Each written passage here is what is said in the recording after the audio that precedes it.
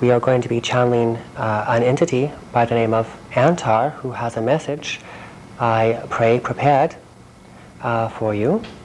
I've been doing this kind of work for about 5 years in the United States.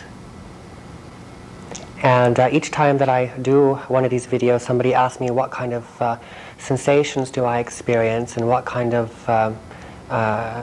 emotions go through me while I'm doing this kind of work. And so I try to delve a little bit into that and just briefly provide a minor description of what I experience when I move into a trance condition, which I am doing as I'm talking at this period of time.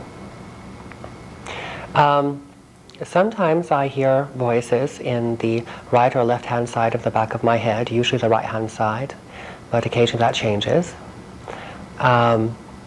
I sometimes feel like I'm being put under anesthesia in that everything may go black very slowly, kind of like a camera lens closing the shutter.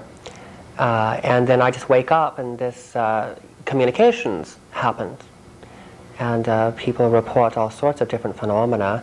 And I do this so much now on a weekly basis, like 20 or 30 trances a week, some for clients and some for friends, that trance induction is relatively rapid these days.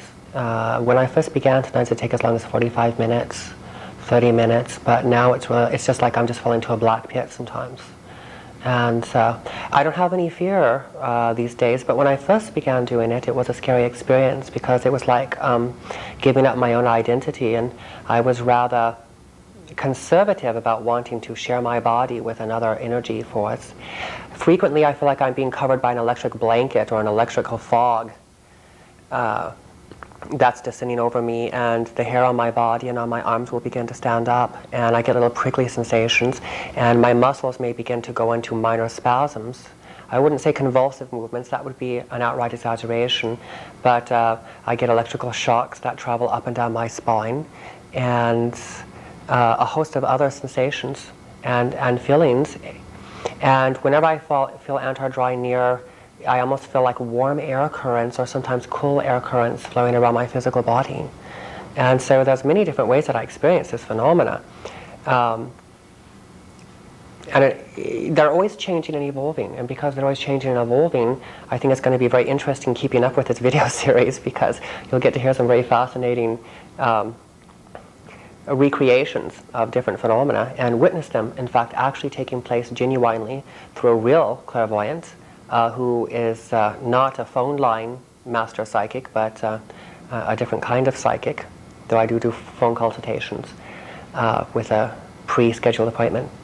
So what I'm going to begin doing at this moment of time is drifting into a bit of a deeper altered state of consciousness. And as I do this, usually you'll notice that my voice begins to slow down somewhat, and my breathing becomes looser and more labored.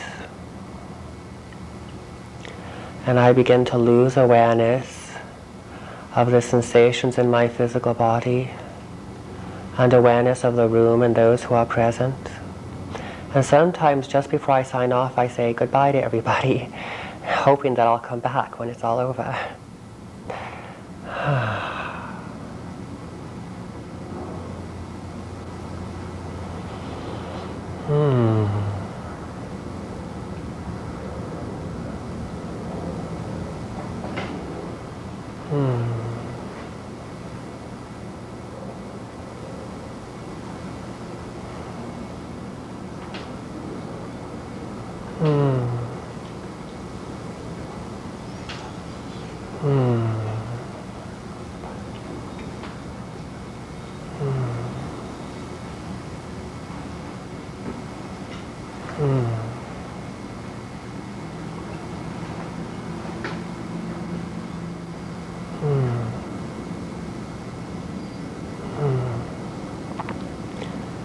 Acknowledgement, salutations, and many boisterous thanks for coming.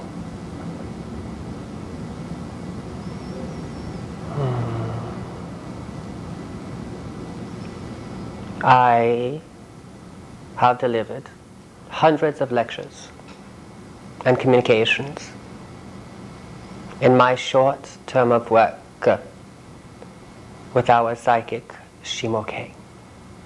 Soon there will be the result of 4 years of work, presented to your world in written and in video format, describing my purpose, what I hope to accomplish in my communications with your world through this psychic. It has been an experience indeed. Recently, my psychic graduated from having to write down what I was communicating to him, converting his thought concepts into your verbal, formal vocabulary, to recording directly into one of your newfangled magnetic instruments. A significant development, for in this way I am able to communicate more information and more data with perhaps a little bit less drain on his part. In the beginning, the psychic was quite awake, though in an altered state of consciousness similar to a daydream. His conscious focus was so intense, the psychic lens so narrowed, that he would indeed lose conscious awareness of the environment, even if there were others about talking to him. Much like many of you do when you are reading a book or making love. Any activity that changes your consciousness, that makes you lose some awareness of your environment, could properly be called a hypnotic condition. You utilize and mobilize your consciousnesses in various different ways throughout your daily activities. Just on the borderland, just on the outside of your usual surface and periphery of consciousness lie other realities. Some of you have tried in vain to experience these psychic realities, out of the body phenomena, psychokinesis, telepathy, clairvoyance, and are perpetually frustrated. And this for different reasons. But one day, not too long in your future, these types of phenomena will not be considered so unusual as they are today. It will not necessarily be an individual who exists off the beaten path who will wish to pursue studies of this nature, but more and more university personnel, scientists, medical physicians, and even a handful of a few lawyers will be very interested in developing superior mental and emotional capabilities and comprehensions. The fact is that the population density in your physical world is sufficiently thick and increasing at this time that if you want to get ahead in your existence, if you want to make an impact, if you simply want to carve out your niche in your world, you will have to possess additional capacities, rather than just logic and a high school education or diploma or degree in biology or psychology. You will need a certain something else, a certain sharp and highly refined intuitive and psychic capacity. More and more, there is less and less trust in your world and more control. Life becomes increasingly complicated.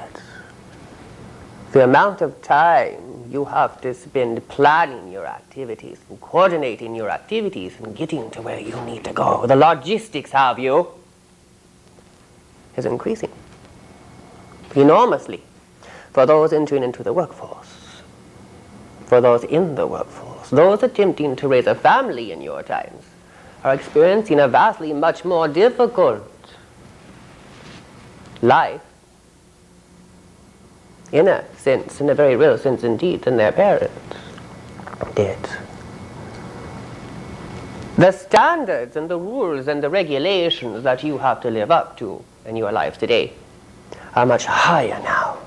In a very short time, you have to master relationships, income, job, and finance, and map out the course of your life. You have to integrate your religious training with your scholastic experience. And you have to try to do a good job. And reduce the number of mistakes that you will make in your existence while doing so. The pressure is mounting more and more to be a highly organized and functionally oriented personality. The more organized you are, the more efficient you are considered. And the more efficient you are considered, the more valuable you become in the eyes of culture and society. Hence, I very frequently focus on developing and sharpening your functional capacity, but learning to do so without the unnecessary anxiety that you frequently associate with superior functional behavior. If you attempt to perform in a superior fashion with anxiety associated therewith, you burn up unnecessary copious amounts of psychic fuel, leading to run-down conditions that can sabotage your attempts at honest self-improvement and progress. The point that I am making then, let me clarify this, is that the competition is fierce in the real world today. There are less and less safe harbors to land, fewer and fewer places to escape to. These days, flying off to the Virgin Islands or to Hawaii will not necessarily provide you the rest and relaxation you need like it used to, again, primarily due to population density, socioeconomic vastness, and sociological degradation of the material homes that house human beings, cities and societies. So you, if you wish to be productive and successful in your existence, have to have an extra maintenance routine. To this effect, you have an assortment of New Age leaders, metaphysicists, medical physicians with an esoteric and mystery school orientation, usually of Indian descent, though there are some exceptions,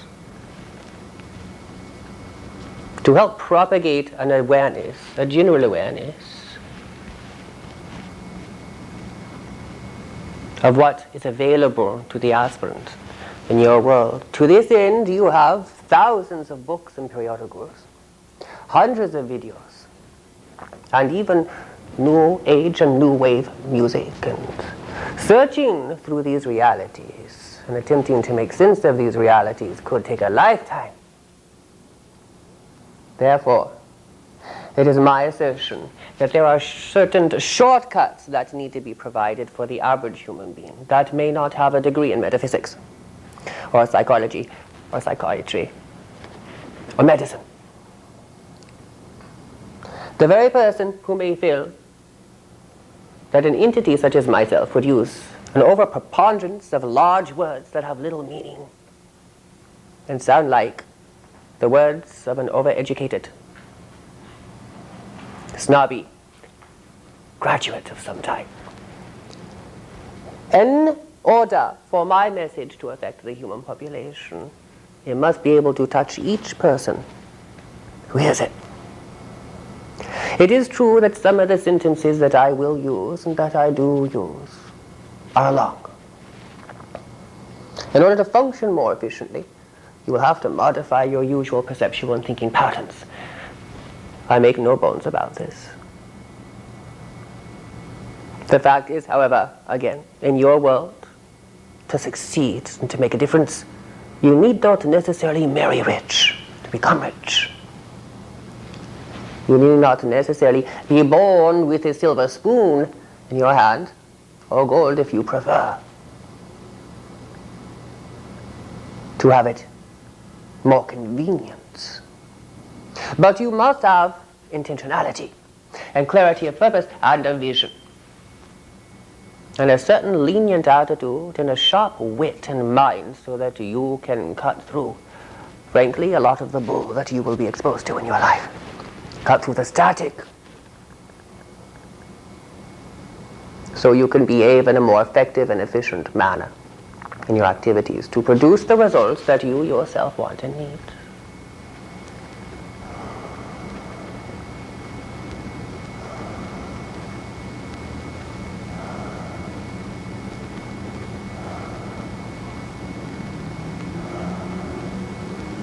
So there exists this need, frequently ill-defined. Some of you realize it, and some of you do not yet realize it, but will soon. The need to function. The ability to make a difference in your life and in the physical world. The ability to impact the welfare of yourself and those who are significant to you in a constructive and beneficial fashion. But more than that, to live physical life and existence to the fullest. To experience some joy and some buoyancy in your undertakings. Therefore, I frequently address attitude, because attitude is everything. Your real estate agents, and your business owners, and your business promoters, your logistics experts will frequently tell you location, location, location.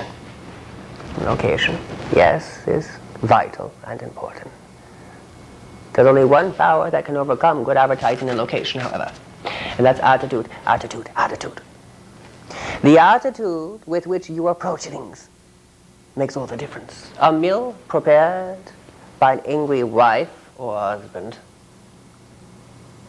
frequently is the cause of many ulcers and indigestion and headaches as well. A meal prepared by a loving, thoughtful, compassionate companion or friend of whatever sexual or identification, persuasion, can be very nourishing to the physical body. It can be uplifting to the attitude, and it can be inspiring. Coming home from a hard day's work, you can experience a sense of relief and even euphoria, seeing a very special person in your life that represents an unpolluted, non-contaminated relationship of some form. A relationship not based on expectations and rules and regulations and role in which you believe there is communication taking place, but a relationship based upon actual communication, where there are understandings being constantly made and refined that works for all parties in a mutually beneficial fashion. Functionability and attitude create the results in your physical experience. Those around you will subconsciously be motivated to reinforce your self-image and your existent sense of self-esteem at all times. Therefore, the friends that are around you will make a version of you that a portion of you is investing a tremendous amount of emotional energy into actualizing and giving a sense of validity. Unless you are one of the fortunate one who has one of those friends who are visionaries and who is mentally stable as well. Perhaps a hairdresser that is not schizophrenic, that always gives good advice on your relationships. Or has overall balanced personality characteristics. Attitude and the ability to function in a timely fashion then is one of those prerequisites that are vitally important to making it in your world today. In the 80s, your peoples, your educators, your psychologists, your sociologists talked about yuppies. I called them guppies. Today you have a whole new breed, another version of those who are, to some extent, rejecting some of the yuppie sentiments in an attempt to be different and to define themselves in their group identity. For each group of incarnates seeks to thrust themselves apart from their parents, create a sense of identity, while simultaneously relying upon those very parents. An interesting paradox, one repeated countless times, generation through generation. You want to make a difference in your life, then, again, what I am telling you is you need to be analyzing and looking at the deep-seated emotional reactions that arise from within you, seemingly provoked from the external world. The average human being runs around believing the external world is responsible for their success, and others in their life are responsible for their functioning, for their emotional happiness, for their welfare. They are mad at their roommates, their wives, their lovers, their friends, and their parents. Initially, in the initial stages of psychological and psychiatric development, this is not an usual process, but it is one that one can become overly reliant upon. The message is clear and consistent throughout all of my communications. In order to become a healthy and self-actualized human being, you have to take back your power from others around you. You have to become a little bit more assertive about what you want and what you need to be happening in your life, and you have to be able to make at least some minor sacrifices to see this happen. Sometimes there is no easy way out, but there is an alternative if there is not an easy way out, and that is an improvement in your state of consciousness and your condition of perception. You might want to call it the counterbalance between a reality adjustment and an attitude adjustment, because your personal reality is composed of your very real and seemingly objective attitudes that seem to have so much evidence supporting them in the external world. From turning on the television, to reading the newspaper, to listening to the radio, to talking to your neighbors, there are certain subjects that stand out all the time in your minds. And you say, aha, more evidence to validate one of my assumptions and my opinions. For instance, you can't trust people in politics is a very popular attitude. One that is genuinely accurate, but there are exceptions. If you maintain a negative attitude, it's very rare that you will run into an individual that will help you change that attitude. If you are addicted to the attitude, an open mind and an open heart and the ability and willingness to introspect and analyze your own feelings and emotions and take responsibility for all of them completely means that you are ready to assume your own personal power in your existence and become the boss of your own employment in your life. I am not speaking here strictly of financial employment. I mean the boss in creating your personal reality. And so this tape is on self-transformation, through analyzing, introspecting, and becoming aware of the value systems and the beliefs which dominate and control your very addictive emotional bodies as human creatures. Dealing with truth,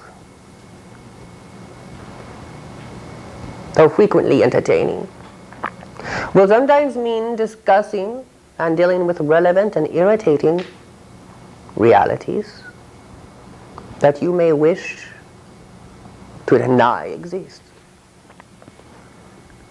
Most human incarnates exist in a psychologically debased condition of denial, not taking responsibility for their predicaments, not quite willing to ask for the help they need, or asking too much, or not willing to give the help that is needed to others, and so there is no natural counterbalance in their relationships. Because you are not taught how to live holistically in your existence, you have to learn these things pretty much on your own. A natural sense of wholesomeness does not need to necessarily be provided by a fully functional nuclear family, for this rarely works. Why do some children and families that are so dysfunctional grow up to be the most wonderful and highly functional individuals that you will ever run into? While the privileged child, who had all the wholesome things that the earlier example was denied, frequently grows up to be completely corrupt psychologically and spiritually. Upbringing and environment, though playing a role in being a contributing factor in developing your personalities, is not the sole source of who and what you are. Not only do genetics make a difference, and your previous life experiences from youth on, your mother's thoughts when you were on the womb, and of course reincarnational existences as well. But you must understand that the entire past that you believed exists for you is a myth. The life that you are living is a myth that you are investing a focus into to make it seem tangible and real. And what you truly believe, others will believe. What you truly invest your energy in manifesting will manifest. If you are not having the manifestations in your physical existence, that you wish to be manifesting, then you have to take a look at what you are actually projecting into the external world. You have to learn to tap into that feeling that tells you you have the bull by the horns, that you have a clue as to what is actually going on in your existence. Perhaps take a little bit more responsibility for the reality that you are creating your reality through good communication and also through miscommunications. The main motivation within you must be to please others with a genuine sense of goodwill, but with a balanced perspective guiding that behavior. You don't want to please others so they will love you. This will sometimes work depending on what kind of personalities you are dealing with, but mostly you will attract others to you that will simply take advantage of you, suck you dry, and then depart.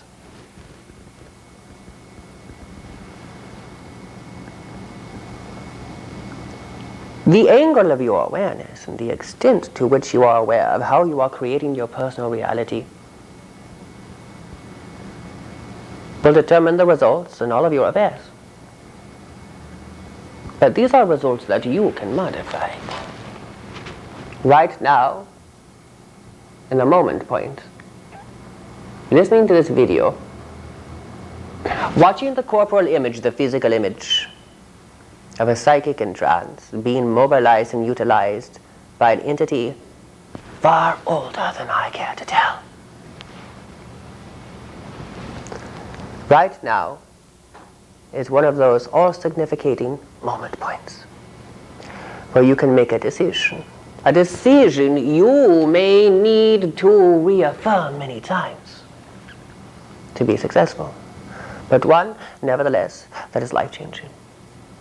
The affirmation that you must use must be personified, but basically as follows. I am willing to have it all. And if I do not have it all, why don't I? And if I don't, what am I willing to do to change that? If you are throwing out the right energies into the social world, utilizing efficient and correct communication patterns, you are getting the results that you want. If you are not, then you are not. That's the bottom line, and that's all there is to it. It is black and white, basically. Black and white. However, fortunately, you exist in a world that itself is not all black and white. And unlike the previous statement I made, that means you have opportunities right now in your experience for growth and development and empowerment that will allow you to make a difference. Frequently, I speak to my human friends and I tell them to understand that they are coloring their emotional experience through mental constructs, mental ideas that are highly emotionally charged, that are hypnotizing them and making them distort reality because it is being reviewed through their own emotional perceptions. I then give them suggestions, gentle but powerful suggestions about what can be done possibly to break the trance, so they can wake up and insert some new personality patterns. Rather than living life in a somnambulistic condition of half sleep and avoiding and denying that something may be wrong, frequently it is not so much that things are wrong with the external world, but instead with your relationship to that world. Attitude is everything. Just like location, location, location. But rather than physical location, you have psychological location and interrelationships.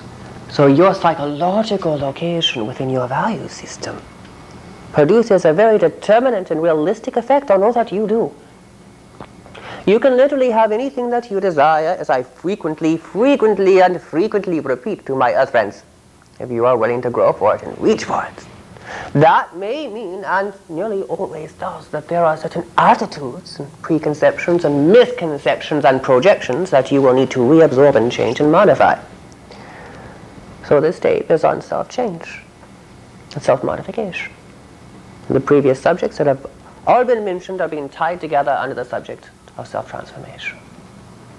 It is a subject very popular in your metaphysical circles. It is one that I intend to go at with some gusto, using my own original perspectives, which are very old. but constantly being updated and modified. I spoke about the way your thoughts influences your cell's function in the aging process in the physical body, in physical immortality, and Volume 1, Volume 2, and Volume 3, which will be following soon.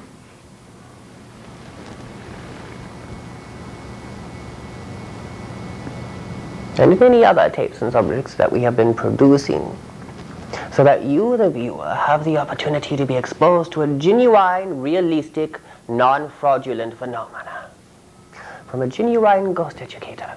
That's me. My name is Anttarr, Anttarr. Why the spelling? Frankly, that is so my producer friends don't get sued. And also, it's a distinguishment. I am not from a foreign physical galaxy. I am from a foreign non-physical galaxy. I am not from a specific star system. I am from the internal galaxy and internal star system that merely conjoins and exists simultaneously a physical galaxy. It is not unusual for those contacting my psychic to ask where I am from. And I spend considerable time explaining to them, in order to be from a physical location, I must have a physical equivalent. The only physical equivalent I have in your world is Shimoke. Shimoke, however, is not an accurate description of an equivalent, for I am not Shimoke, nor a product of Shimoke's personality or subconscious. I have a quite distinct identity, an existence completely on my own. And it is a darn good one. Interdimensionally. And through uniting many diverse disciplines, I intend to pave the way for those in need of change and making a difference in their lives and in the physical world in which you live, improving the quality of life. I am not a demonic being out to defraud the public and fill my pockets, for I have no pockets to fill. My reward comes in seeing you grow and develop and face reality without delusions and living in a happy, euphoric condition without inhibition. You don't need an excuse to be happy, whether it is rainy or cloudy, earthquake season or not. You don't need an excuse to smile. You don't need an excuse just to stop existing in a chronic condition of emotional tension and just laugh, even if it is under your own breath. Emotional programs and emotional attitudes shape and contour your psychic landscape. These become converted into physical behavior in your communications and cause you to be suspicious, doubtful, and project your worst fears onto others around you and change your behavior toward them, and thus box them in an identification pattern that limits them fulfilling their greater potentials. Again, what you do to others, you are doing to yourself, though you may not make the obvious connection at first. With a little bit of soul searching, you will find when things are mucked up in your life and not going quite the way that you want, it means you are investing too much anxiety into the situation and empowering anxiety rather than results. Only short bursts of controlled anxiety are productive. Anxiety, indulged in longer than need be, is exhausting to the adrenal glands and to the central nervous system, and will affect metabolism and increase one's consumption of cigarettes if they are a smoker.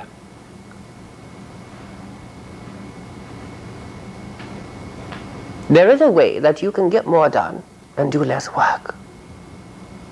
It is not just a matter of doing it right the first time, though that frequently helps. It is more a matter of meditating your way through life. If your mind dwells too frequently on depressing, oppressive thought patterns, you will begin to experience physical events and individuals that will oppress you. For at all times, your physical experience is a mirror of who you are at the time. No matter how convincing the physical evidence may seem to you, how valid factually it may seem to you,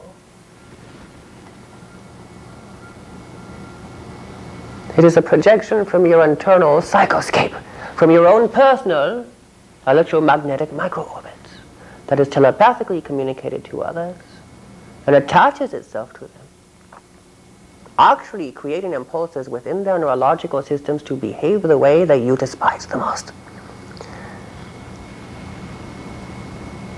Does this sound familiar to any of my human friends? Your expectations will always be pictured in your life. As a sequence of events unfold in your physical existence, you can be absolutely sure that the phenomena in your life is a mirror of the psychological processes, the thoughts and the meditations taking place within your mind.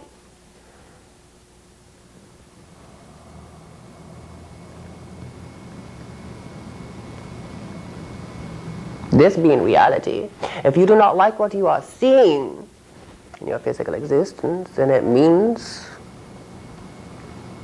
you have some cleanup work to do. You should call the psychic janitor in to clean up the mess. The psychic janitor is you.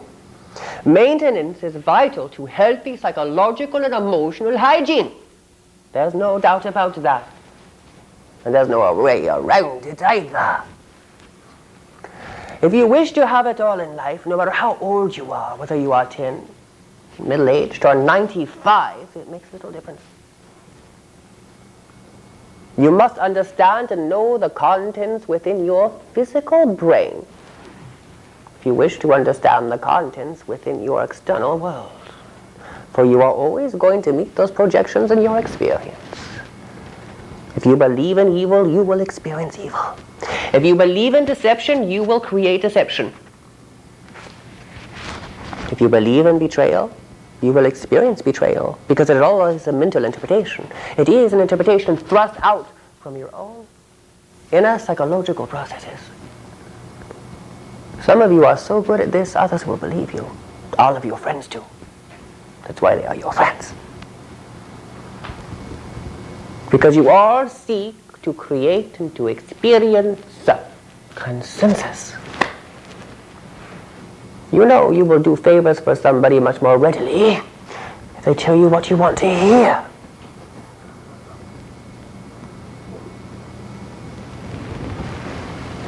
Most of the time.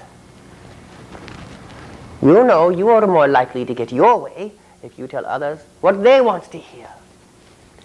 You could live your physical life fulfilling other people's fantasies and in return allowing them to fulfill many of yours, if that's what you wish to do. But no, to many of you this would seem to be a cop-out, not being the manly way of approaching physical existence with your left brain logic and need to dominate and mutilate the physical environment. So there are permutations of this masculine energy that are not quite so negative and destructive. Some of you aggressively campaign to plant new trees where they have been torn down, to rebuild forests, to map out the mind, the human personality. And sometimes the world needs a thorough cleaning, and some destruction must take place, but look at the concept itself. Essentially a harmless concept. If you become emotionally bonded with it, your imagination will amplify it, create additional examples and physical evidence to support it in your life. And voila, my friends, there you are experiencing another one of your projections. I would wager to say that you experience 3 major projections from your inner self, from your personality, from your inner psychological programs weekly. The average human being. You will say, aha, my intuition told me that such and such was going on, and here is the evidence to back it up. But I must communicate a very important and vital reality to you, that the intuition will always follow the dictates of the imagination. Your imagination churns out examples and mental models and ideas that come from your core concepts of how reality and people really function and how you genuinely and honestly feel about yourself and others in your life. Because you always view all others through the way you really feel about yourself, and you compensate for feelings of low self-esteem by trying to attain power, social status, prestige, or some other form of market of distinguishment in your physical existence. That's how it really works. Compensation is everywhere. The psychologists pretty much have it down, though they don't realize how they are compensating. Why is it that those in power have no faults and have many blind spots? Interesting. Perhaps you should meditate on this for a short period of time. Since your physical life is the result of how you use your imagination, I referred to this on our last video, excursion into the unknown with Anttarr, mystical teacher from another dimension, then it stands to reason that the correctly disciplined and mobilized imagination can affect the growth rate of a real plant, though not a fake one.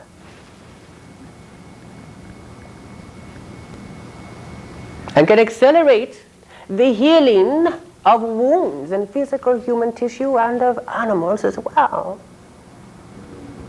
Of course, thoughts are sufficiently powerful that if you concentrate them like a laser beam and beam them at an enemy, you can affect their heart rate. If their heart is not healthy, you could cause a heart attack.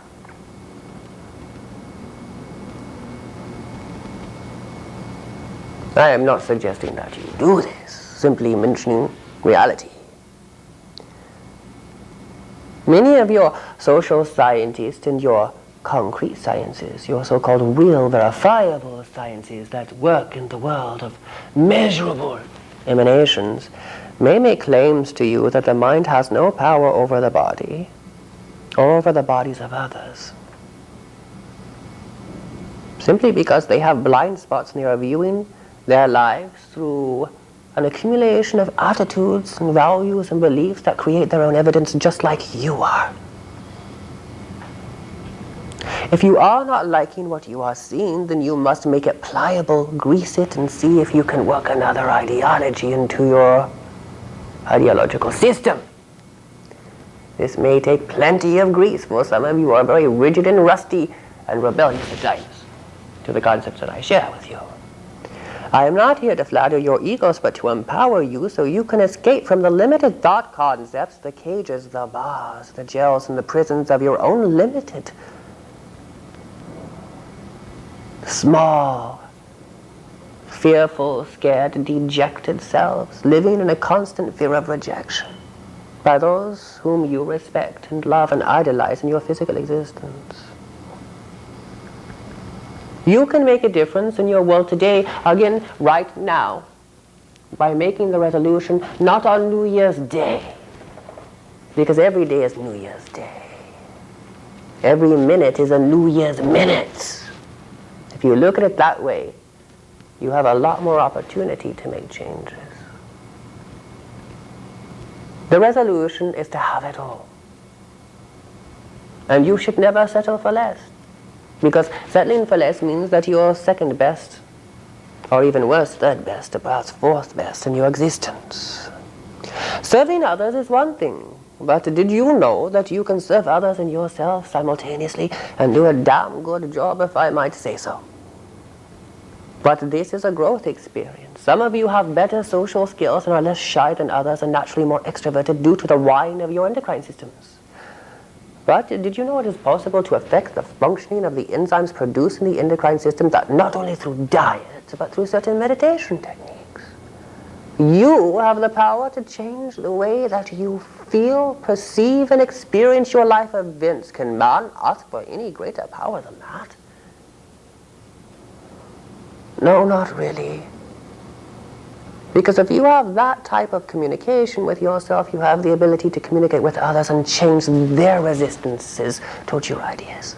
And isn't that what making a difference is all about? Assisting others and not only seeing your point of view, but communicating with them so you all arrive at a new consensus and new developments can take place that before were not possible. due to blind spots and resistances, holding backs and inhibitions, fear and paranoia. You must ask yourself, do you really want these things to rule your life? Are you tired of not having enough money? Are you tired of living under the fear of loss? Are you tired of being sick and tired of it all? How much longer are you going to work at that job of yours? Why haven't you left it? You say, the money is good. I suppose that for some human beings that's a good enough reason to die young. But it doesn't have to be that way. You can experience emotionally rewarding work and a deep sense of emotional fulfillment, even a sense of elation in waking up in the morning, whatever your sleeping cycle is, whatever time of day is morning to you, anticipating a fantastic experience. And if this is not your attitude, then you have not done your hygienic work. You haven't cleansed yourself, divested yourself of negative emotional condition and attitudes from your priest and your parents and your psychiatrist and your government and your neighbors. You haven't truly individualized. You have not cut the apron strings and the addiction to limited philosophies. Most of you mistake your personal experience for reality of some kind. Yes, it indeed has a reality, but it is not reality. It is simply your view of reality. A view sometimes supported by many others. Sometimes not. Again, all according to your communication skills and your ability to be persuasive and convincing in your communications. If you wish to have a greater emotional and physical and financial and political impact on your existence and on your world, then you have to be able to analyze some of the concepts within your own mind and personality and be willing to sacrifice some of these upon the altar of sacrosanct. You have to be willing to see what's wrong with you and fix it. Now, some of you will argue with me and say, but I don't believe in the concept of right and wrong, and I congratulate you if you have graduated to that level of comprehension. But there is appropriateness and timing that is the more sophisticated version, a more evolved version of the concepts, the primeval concepts of right and wrong and good and evil. More sophisticated method of analyzing, interpreting, and responding to the world around you. Of communicating to others in a fashion that will make them hear you and open up to you and give you, in effect, what you want and need. If you are trying to do these things and not experiencing the results that you seek, you are either not doing it with the level of sophistication and fluency that you could, or you have blind spots you are not addressing and are not willing to change. And so long as those blind spots are there, so long as you are compensating for your basic unacknowledged inadequacies, whatever they may be, you will always sabotage your attempts to find love and acceptance and nourishment and financial success in your world, and you will always be trying to protect something in your life that's over-cherished and overvalued when the whole of your life is what is valuable, is what should be cherished. Not just one person in your existence, not just one version of yourself or one personality, for you will have many personalities. Again, I must make the emphatic, absolute statement that the past that you believe is so real is only one version that you have hypnotically focused upon. If it is a version you do not like, then you have the right, the obligation, and the creative capacity to evolve to a station in consciousness where you can change that past if you happen to believe that the past creates your present and your future. They have an influence, but like social factors, that influence is pretty much controlled by you. You have the ability to make the difference now. Making a difference now. Make yourself over now. Change your image, so to speak. Impact the world in a different way. Perhaps an easier way. But one that is not sacrificing your originality, but promoting it. You should never be ashamed of who you are or what you are experiencing. And you should never be so humiliated as to resist change, growth, and development, whatever that may entail. If you are changing, growing, and developing, then you will see physical wealth in your lifetime many times over. If you are not, you will exist on an income with a ceiling and live life, physical reality, social experience, and spiritual development on a psychic budget. You have a choice between a budget and unlimited self-expression, and the choice is really yours and boils down to you being capable and willing to analyze your own, sometimes buried, sometimes unconscious, but frequently literally very conscious and seemingly externally validated attitudes and opinions. For your reality is the result of your attitudes and your opinions. One of my close associates, who is developing psychologically and going through some metamorphosis in his experience, repeats a few times a week, for he is currently sloppy. I am wealthy, I am wealthy, I am wealthy. And he is becoming wealthier, and he is learning how to negotiate and work with money in a new fashion, rather than by the old standard of trading hours and labor for cash. There are other ways of making money in your world, and it is all a matter of self-education, and it does not matter what degree you have. Very few individuals in my psychic's physiological and sociological age group make the money that the psychic does. A few. But the average does not. Regardless of the psychic's personal background, the reason why is because a psychic is willing to live in an alternative reality that embraces the fact system that your society labels as real, and so frequently will get results that many of you are not yet willing to achieve. You live in a black and white reality overall, never realizing that your own concepts of the world are not necessarily all there is to that world. There might be other brilliant realities within the very world that you have existed since physical birth, that you have not even dreamed or acknowledged. Whenever you feel envy or jealousy or anger at another, these are usually misdirected emotions. Emotions that are coming from some form of psychological dispensation and compensation. Because you are not living up to your potentials in some sense, it feeds the power drive to control the behavior of others. Because this is supposed to produce a certain type of result and create a quality control lifestyle. If you have no self-sabotage tendencies within your personality, and you have located those you do possess and eradicated them, pull the plug on them, so there is not a dominant force in your personal micro-orbit, your psycho-orbit, your psycho-space, then you may achieve good results doing this. Generally speaking, however, most of you have a certain degree of work that needs to be done, and it's not because something is wrong with you. It's because you are evolving and growing. You have to be constantly modern and updated in the way that you view and filter your perceptions and your physical reality if you wish to take advantage of the opportunities that are all around you all the time. And better yet, that you can induce to learning to work the gears of your own conscious mind and subconscious patterns of resistance, behavior, and attraction.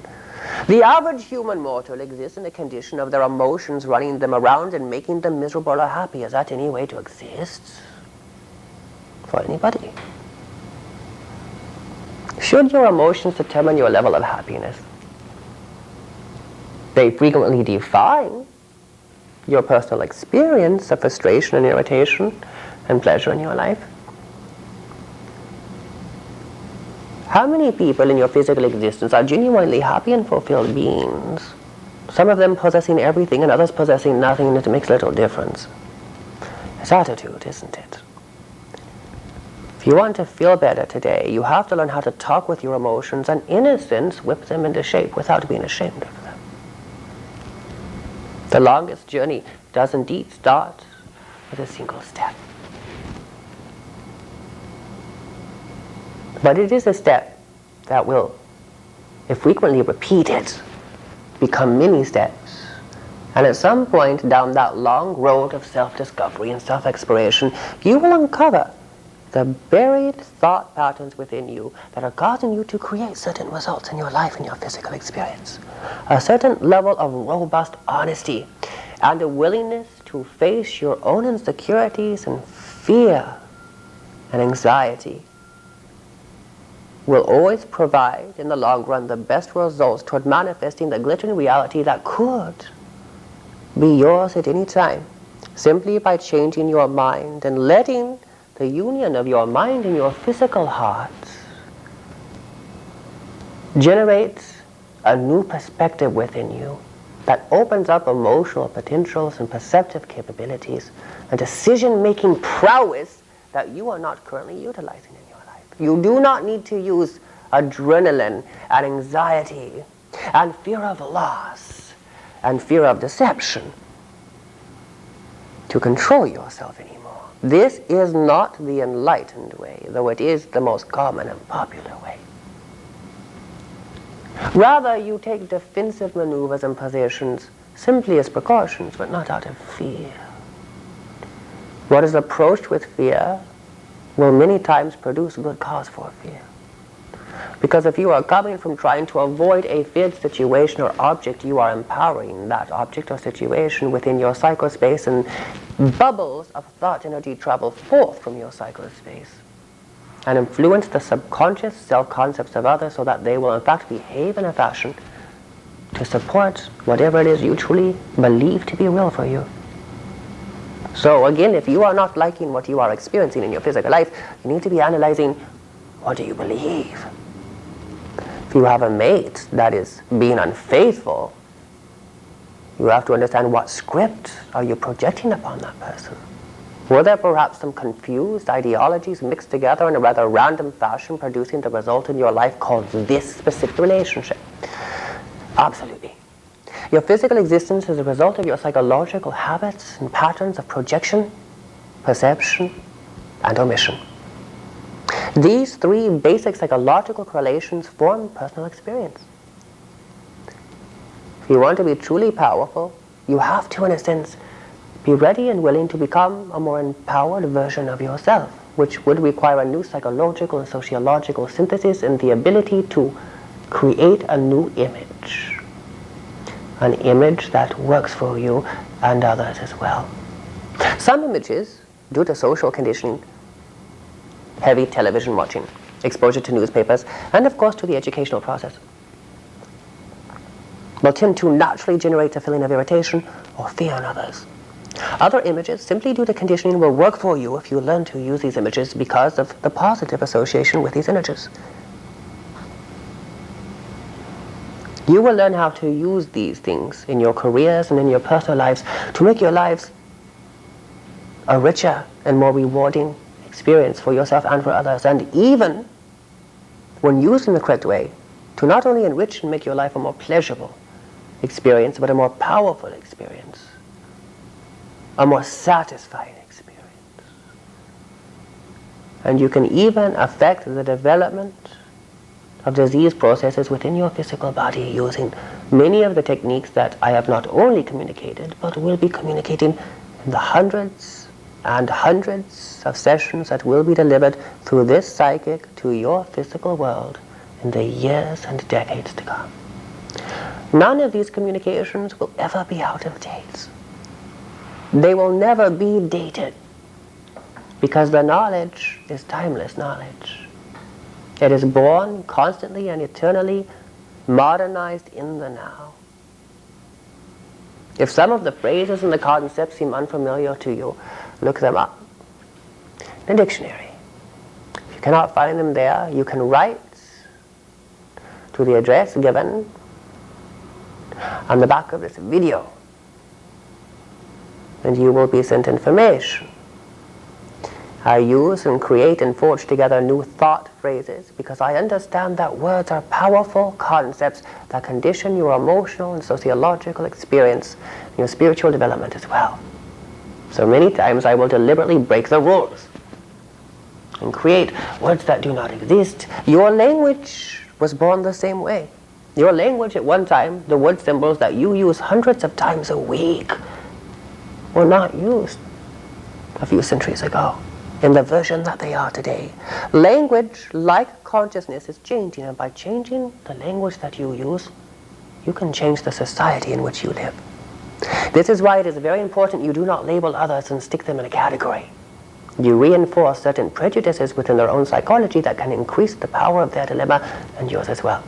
Now, I suggest a break and we will return to discuss self-transformation, making a difference, and a few other worthy and noteworthy topics as well.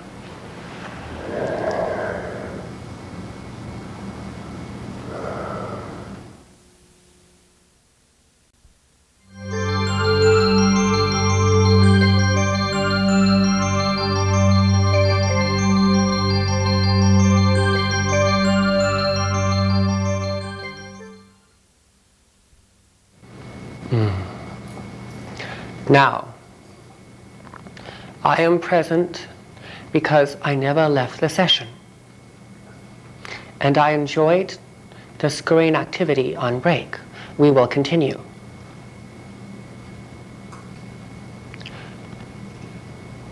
To some significant but immeasurable extent, you view and interpret the world around you due to the structure of your physical brain. Yet the structure of that physical brain is also shaped in kind by your behavior. Hence, the statement that you are your hormones, your endocrine system, is only partially true, because your activities modify and can dramatically affect the function of that hormone system. The ability to affect your hormonal system through meditation, through prayer, through chanting, and other prayerful activities, ritualistic activities, is a power and an ability that has been coveted since the dawning of self-conscious beings in human form. Hence, I will do a video series on the cultivation and the development of the energies of the micro-orbit, synthesizing various techniques and tantric practices and many other practices as well into a superior dynamic form that has not been practiced previously in your system of probable realities and their adjacent manifestations in the field of humanized energy. Give us a moment. Hence, if you identify yourself as a robust, virile, macho male, the self-image of that concept and what it means to you being imprinted upon your memory system will affect your hormonal balance. It will elevate the level of male hormones in the bloodstream and square the jaw and masculinize the features and distribute body hair according to your genetics. It will contribute to the development of muscle mass and a group of other associated characteristics that are species-specific in terms of the type of human organism, with this particular type of genetic prototype that you incarnated into, the particular race or species of mankind from which you come. Each race and species of mankind developed under very special and highly characteristic circumstances, and hence from these external circumstances were internalized certain genetic features and traits that take sometimes as long as several generations to breed out of a particular family of human creatures. You do not only inherit your physical appearance, modified features of both the male and female genetic donor. You bring with you other supportive reincarnational memories that either enhance or help suppress certain genetic functions, and this includes longevity, resistance to disease, general lifespan, general body build, and a host of other related and not so obvious factors.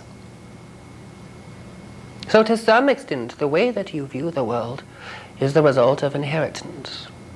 You inherit emotional memory patterns that are then reinforced through childhood and adolescent conditioning, and very few human mortals overcome their childhood and adolescence, using them instead as the pivot around to base all of their psychotherapy and make their therapist wealthy. There's nothing wrong with that. On the other hand, there are certain spiritual practices and adjunctive techniques that can also be utilized in conjunction with the more modernized, orthodox, and accepted psychotherapies. But what you need more now than ever are not just psychotherapists not just psychiatrists, but sociologists or social psychologists. For there are considerable cracks in the social structure in which you exist and live. However, now is not the time to venture heavily into such a discussion, because I do not wish to overwhelm you with too much reality at once. Such things would tend to arouse the defensive mechanisms within the small ego and make people stop listening. So we will confine our discussion to the relevant pivot around which we have based this excursion in communication, and that being personal power. Liberation from personal psychological habits that limit and confine you, and keep you from transcending certain methods of existing and living that do not empower you, but instead further to cyclically enslave you. And give us a moment of your physical time.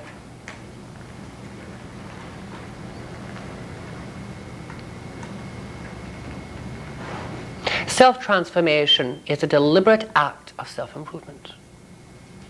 The concepts that you use to motivate you to change, eventually on your path of development and evolutionary progress, will be dropped when you reach a certain level of progress. You will no longer need those particular motivations to fuel your development, to motivate you psychologically.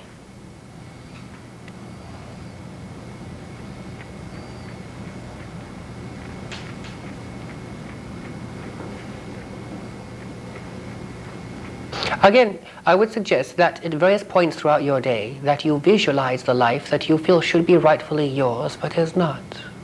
And you use that as a personal contrast. A reference point, if you will, have you, that you can refer to use your empowered imaginations and your intuitions to manifest the lives that are rightfully yours when you claim them and own them. Though traditional ideas of ownership do not apply in spiritual development, they have some meaning and value in your cultural activities. And give us a moment.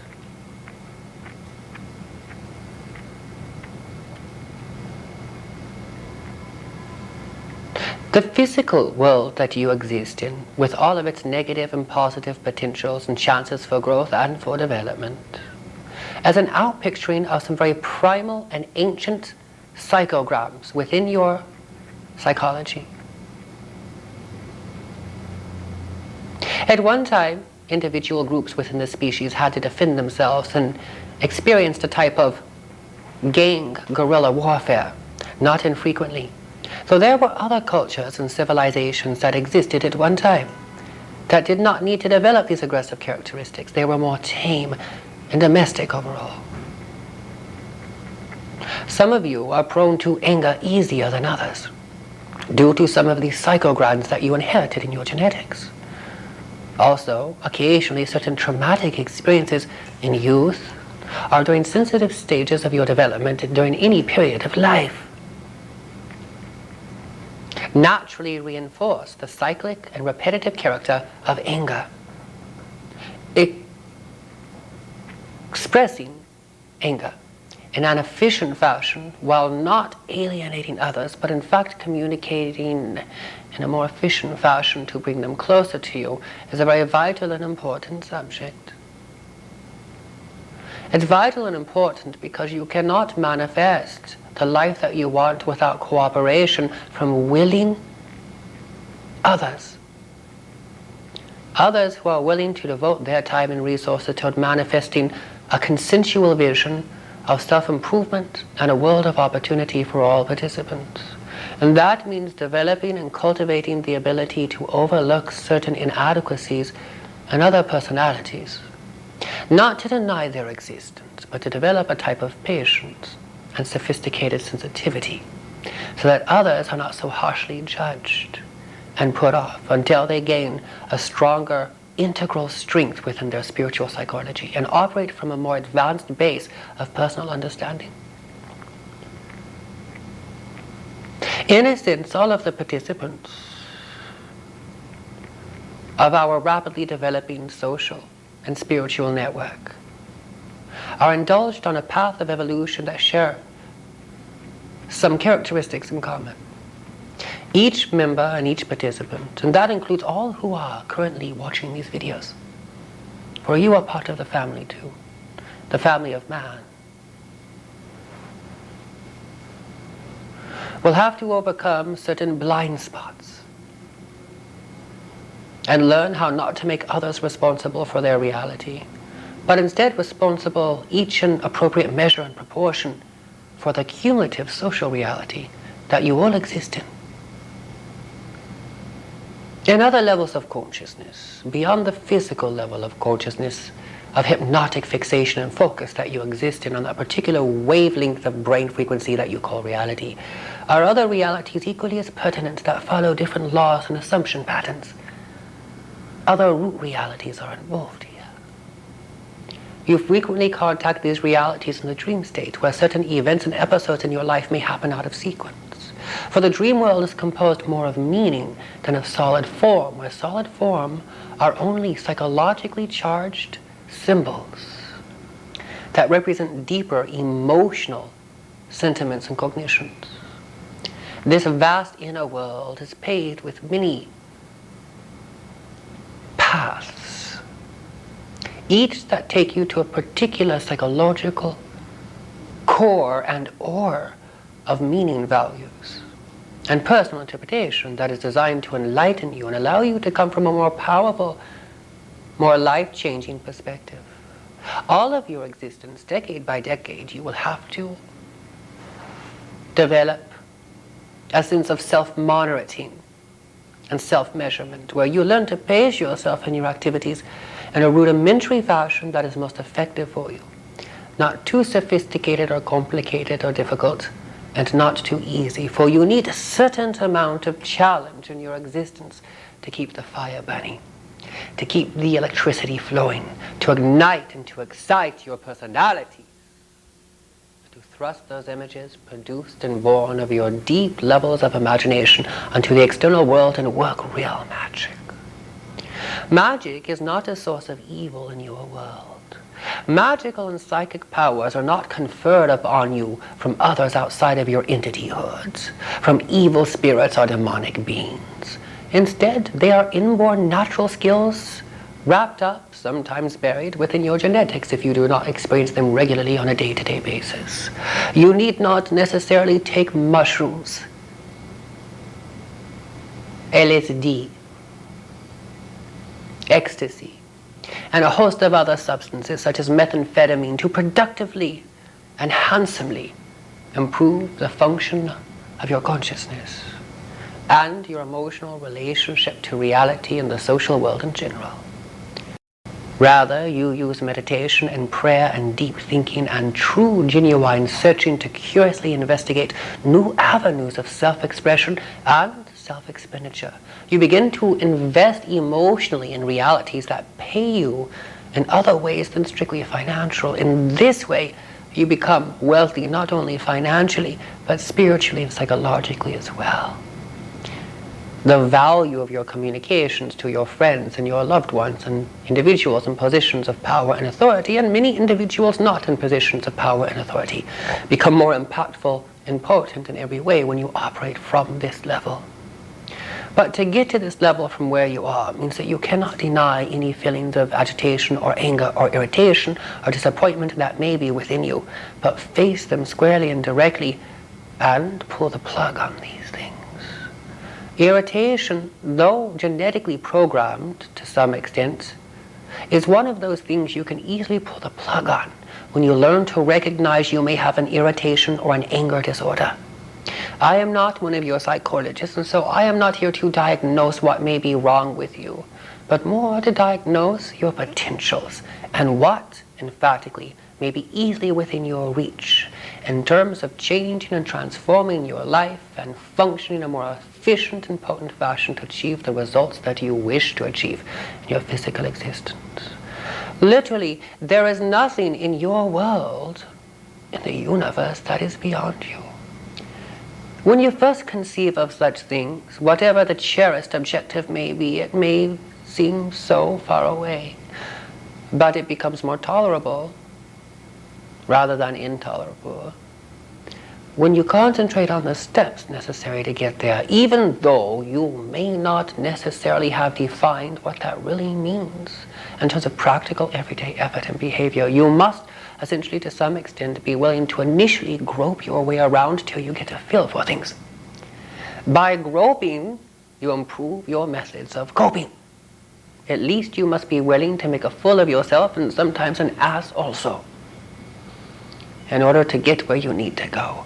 And be willing to forgive yourself and others when they do not measure up to your concepts of what their behavior and method of functioning should be. If others around you are messing up and fouling things up, then it usually also means there's something inside of you assisting them. If you were empowering them, they would not make so many nearly mistakes in their behavior. So it's not a matter of pointing fingers of those outside of yourself or at yourself, but simply acknowledging the deficiencies and automatically correcting them naturally while going with the flow. When you are going with the flow, you can get so much more done in your life with less effort. You are not working against the wind, blowing against yourself, trying to go in the opposite direction, but mobilizing the forces of evolution and change in your life circumstances and the virtual realities that you are projecting, the interpretations that you are projecting out onto the world and social environment around you in a very real and personal and meaningful and impactful sense. After all, the solid world around you, while containing harsh realities, behind those harsh realities also contains potential for self-discovery that would not exist anywhere else.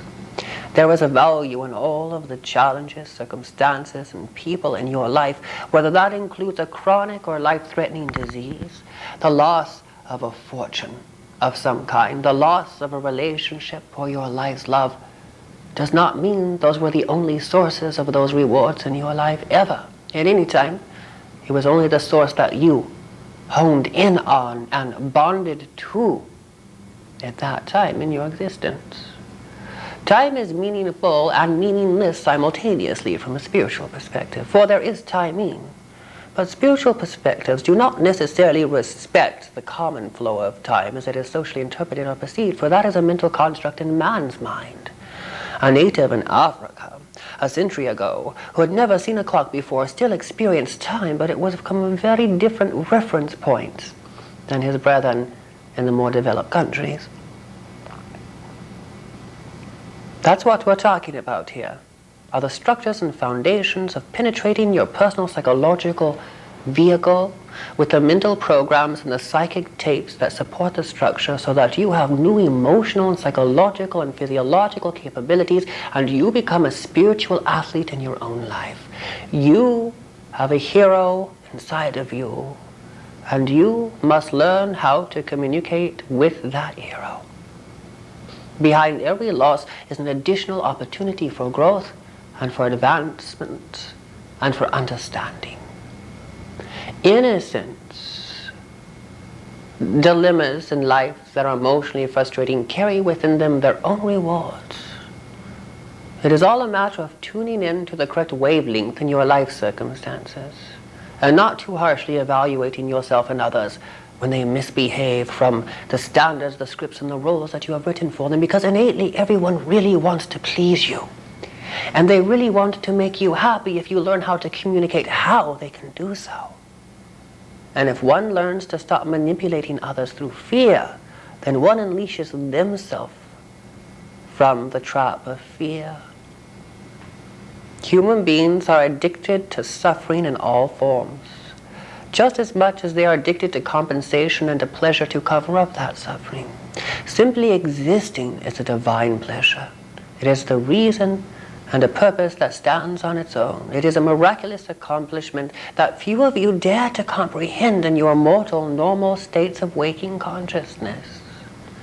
All of the sacrifices that have been made to get your society, your world, and your genetic vehicles to the level of advancement where it is today are immense. This is why a simple appreciation for the small things in life, as well as the more mysterious mysteries of nature, the universe, and the God cosmos, is so essential in your existence. Within this alternative framework, this probable reality, you are able to reach out and see new potentials that refresh your spirits, that allow new source of inspiration to rise in your life and allow you to deprogram the psychological self-detonated time bomb. Rather than experiencing traumatic episodes in your life, you can approach new conflicts and new challenges as new potentials for advancement and opportunity. I understand that this may sound to some to be fairly elementary, but many of you never graduated from spiritual elementary school. Life is a constant process of graduating and growing and expanding and developing new philosophies and concepts and more finely tuned coping mechanisms and skills, so that in fact you grow beyond the need to cope, but empower yourself with a more efficient emotional and physical behavior that allows you to intersect the world in a beneficial fashion. You are not coping, you are functioning.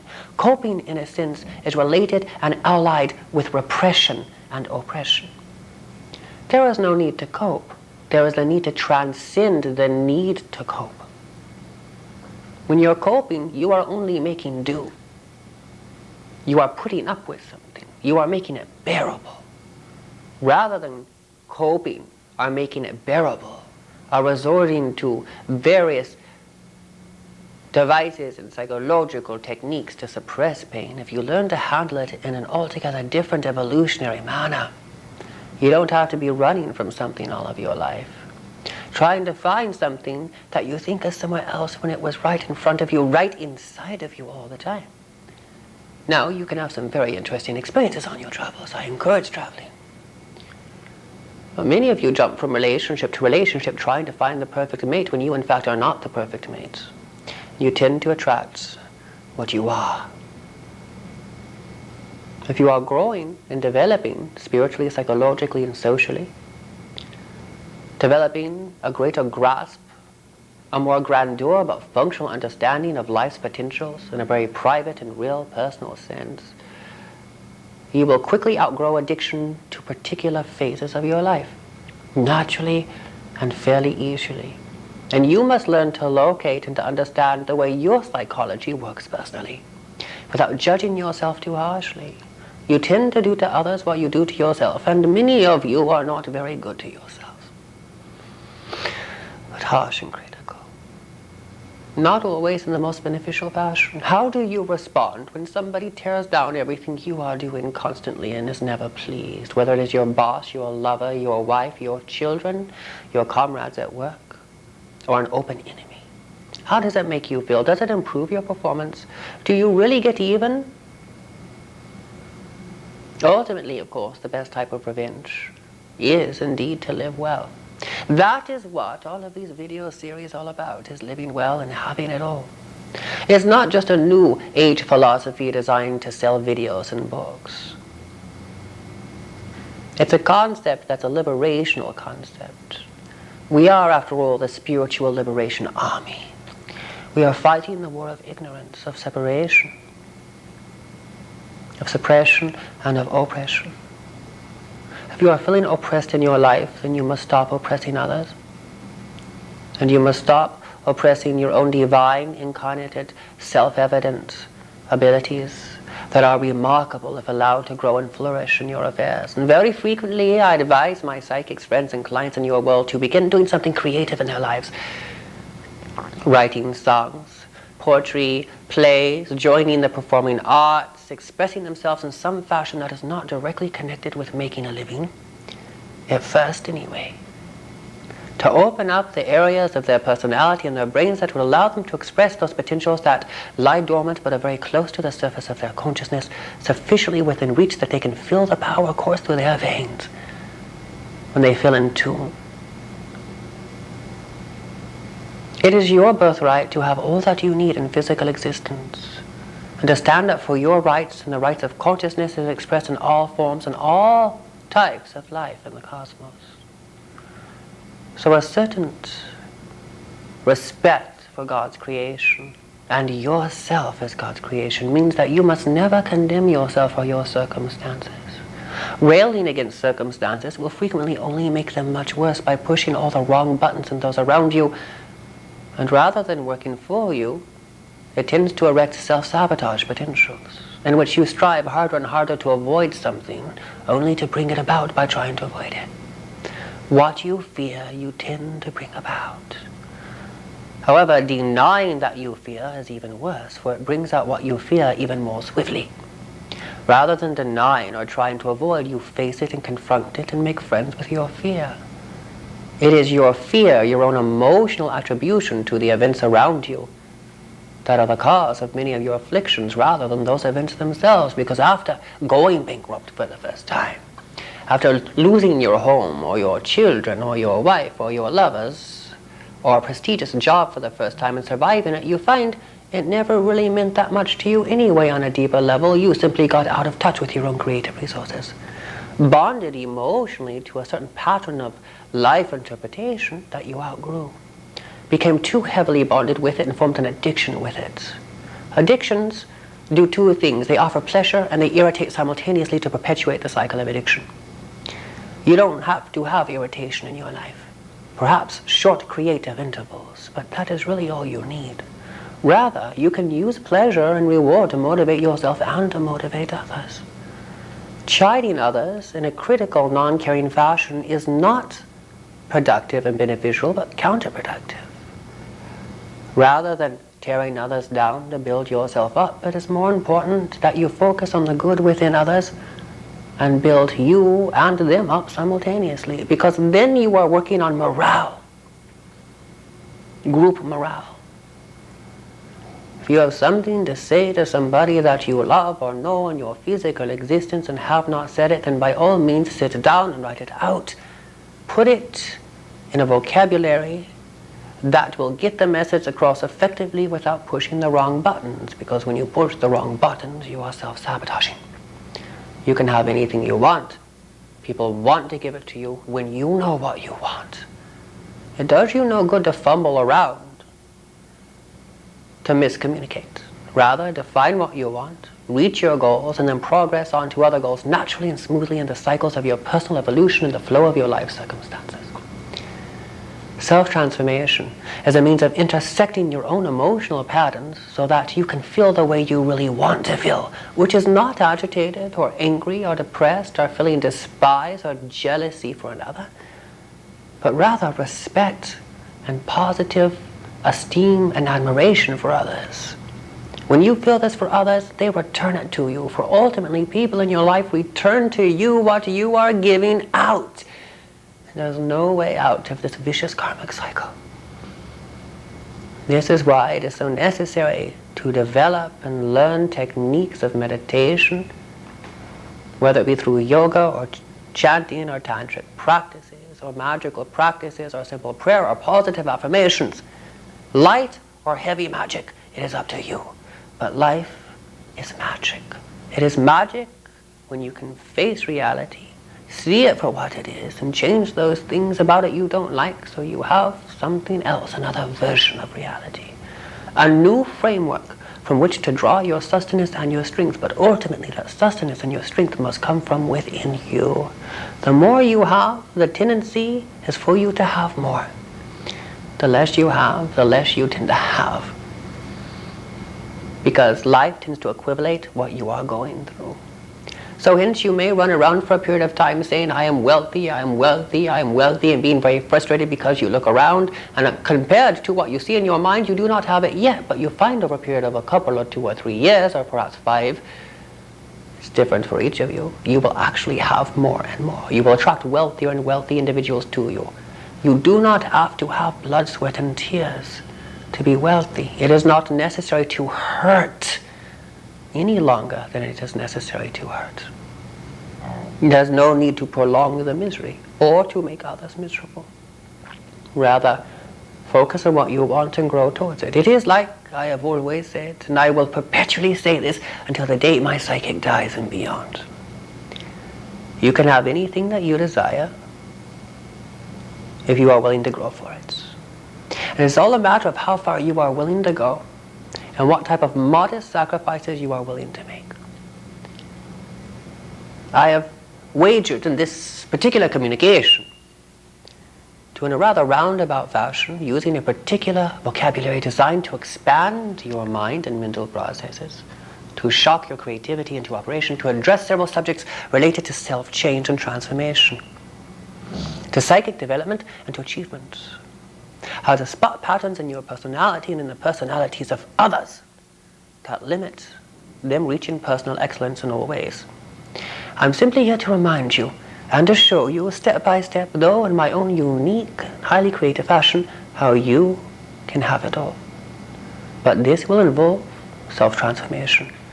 It is my suggestion that we end this immediate communication.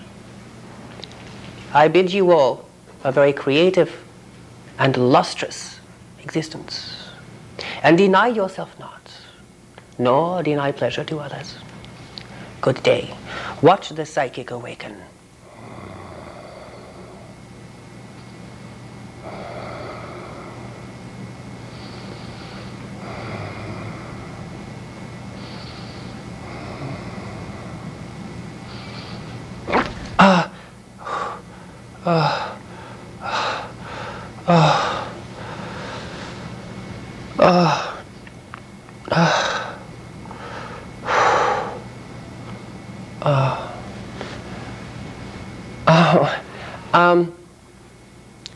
I'm Levi Longfellow, and are we on break?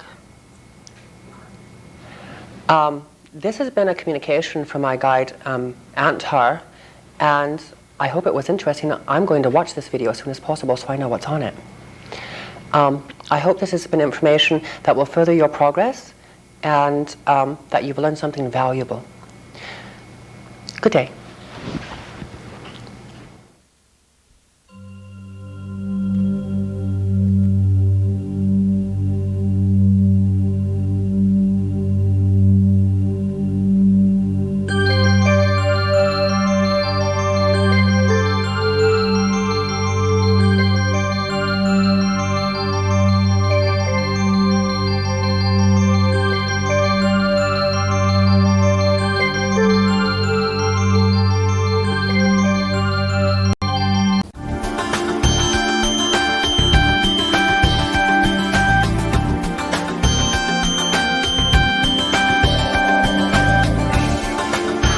Broadcast Network. Tune in to the mystic broadcast of oneness emanating from every point in the universe.